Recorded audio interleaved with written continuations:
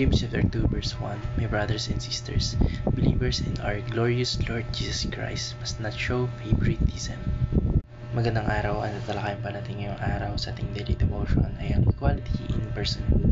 At ang una pong katuruan na natutuhan po ngayong araw kay Pastor Russell Ocampo ay all persons are equally made in God's image. Walang sinuman po yung higit o kulang sa harap po nating Panginoon Diyos dahil tayong lahat ay nilikha ayon sa kanyang wangis o ayon sa kanyang itsura. So, ibig sabihin pa nito, lahat tayo pantay-pantay, mahirap man, mayayaman, at puti man o itim o politiko man o hindi.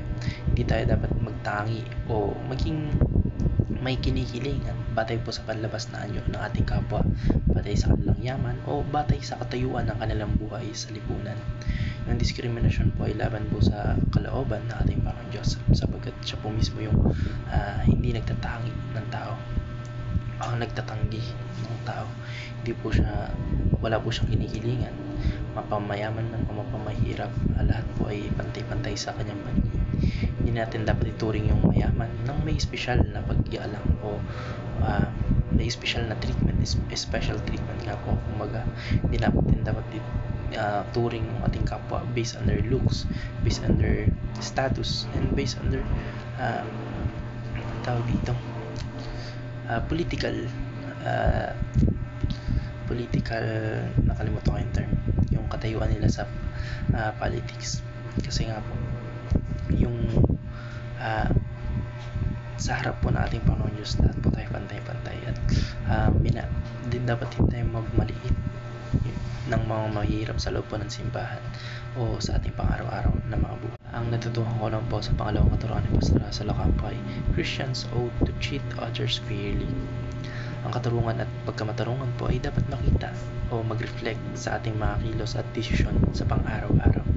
Hindi po sapat yung pagiging religyoso lamang kung may kinikilingan tayo o may pinapaboran tayo o hindi patas yung pakikitungo natin sa kapwa. Baliwala po lahat ng yun. Kahit gaano po tayo ka-religious, kung mahilig tayo mag-discriminate o manghusga ng mga taong alam natin parang tingin pala natin na hindi natin ka-level,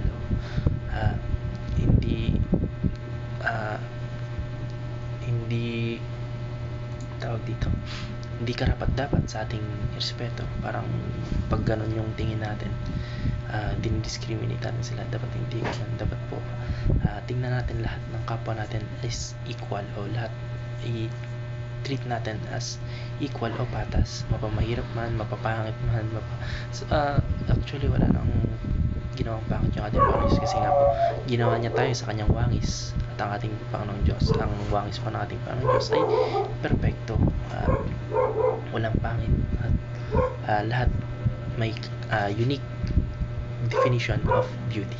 At itinuturo po ng ating Panginoon Kristo na dapat nating mahalin yung ating kapwa gaya po ng ating mga sarili. At minsan nga kailangan nating mas mahalin yung ating kapwa kaysa sa ating sarili. At kasama po rito yung pagpapakita ng pantay na paggalang sa lahat ng tao.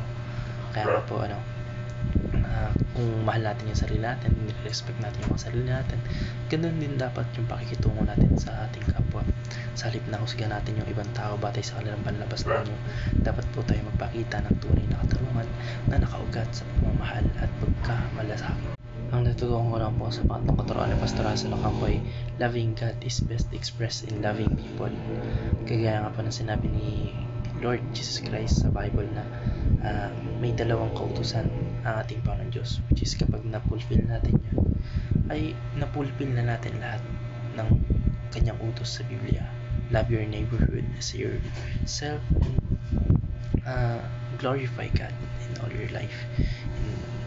Ito po ay isang mahalagang aral na nagtuturo na yung ating tunay na pagmamahal sa ating Panginoon Diyos ay hindi lamang nagsusukat sa panalangin, yung pagiging religyoso o pagsamba, kundi sa paraan ng ating pakikitungo sa ibang tao o sa ating mga kapwa.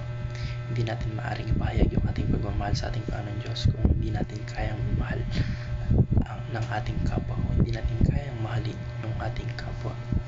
Yung pagtatanggi o pagiging hindi makatarungan sa iba ay hindi po nagpapakita ng tunay na pag-ibig sa ating Panginoong Diyos.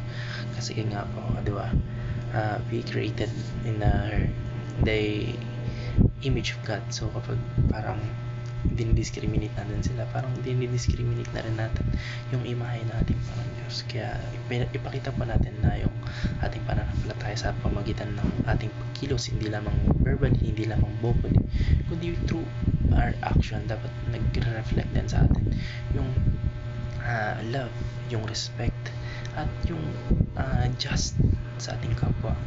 Ang pakikitungo po sa iba ng may respeto, habag at katarungan ay isang pagpapahayag ng ating tunay na pagmamahal sa ating Panginoong Diyos.